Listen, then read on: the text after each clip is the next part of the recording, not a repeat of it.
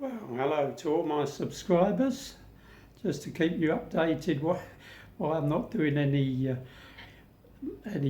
train videos at the moment. I'm out in France, and the reason I'm out here is because my wife developed bowel cancer, and we went to the hospital in England, which will be Medway Hospital, and they decided that she was too frail to operate on, which I went on the internet. Well, her sister, this is the story, her sister lives in France, and her daughter is married to a surgeon, and he said, "What a load of twaddle that is."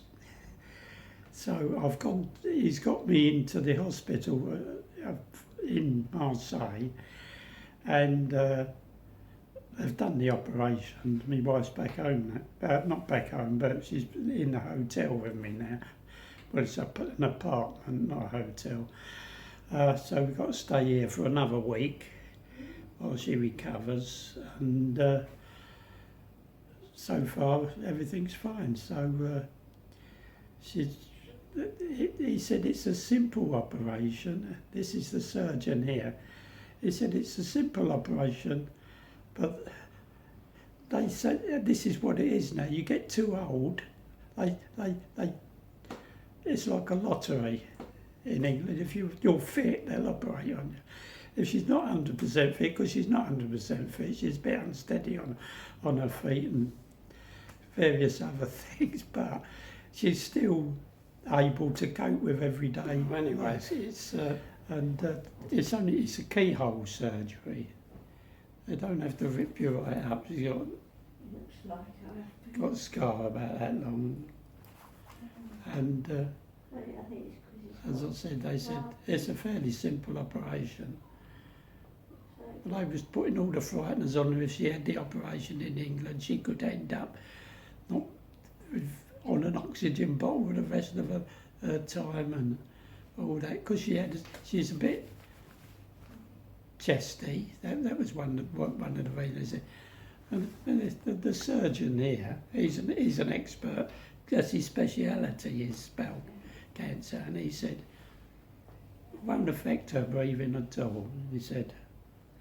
So the excuses you get told, I think they can't cope with all the cases they've got, so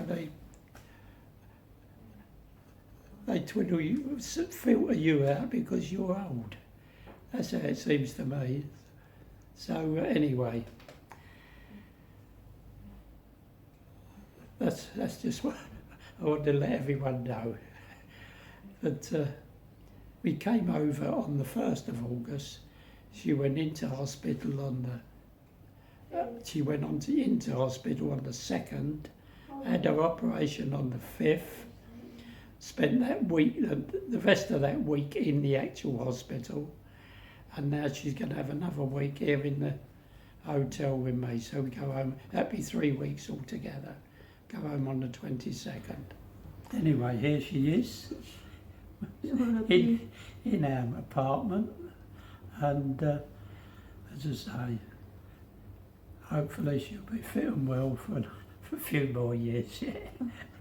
Anyway, I'm 80 and she's 77, so leave it at that for now. Right, well, here I am down at the beach area in Marseille. So take a look around. There's a bit of a walk from my hotel, but I did it. Worked up an appetite. So I'll come down the street opposite here. You see that?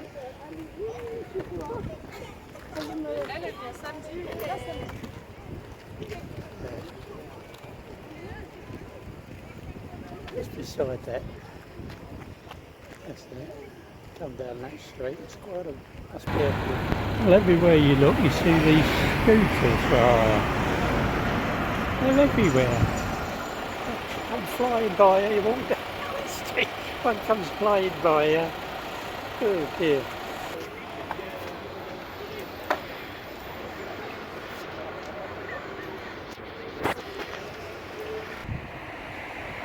Right, this is my hotel. Well, it's a hotel, it's an apartment. I've got an apartment on this place here. Right, and another load of those scooters there. Not particularly nice area, but it's near the hospital. I've got to visit all the time, so about a quarter of an hour's walk from here. Anyway, while I'm out here, this is my nephew out in France, and he's got his Lego train set. So here we are. Here we are. First day of the train set. So I present you my first train set. Yes, your first train set. Yeah. And as you see, I've got a model train. And I've got two towers. Two towers. And we've got here the big train set I just built right now.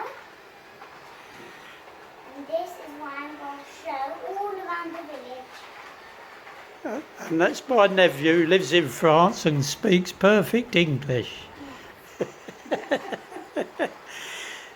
And French. And yeah, French. And the dog helps me. Yeah. There we go. There we are, right. Thank you very much, Elio. Thank you very much, Elio. Well, I thought I'd show you this. I made myself a new an uncoupler out of one of these giant paper clips. Great big one of these giant paper clips. Bent it and then wrapped a bit of tape around it. Bent it to this shape. Right. So if you look at it head on, that lines up central to that more or less, and then that is the actual uncoupling hook. Now what it was, I saw this more or less on Budget Railways. He made it out of an ordinary thin paper clip and then stuck it on a wooden handle. But I just got this big paper clip, and then I found when I made it, it was too thick here, too thick, because this is one of quite a sturdy old paper clip. So then I beat it with a hammer to make it thinner. It won't focus, will it? But there, it's made it wider and thinner, but it works a treat.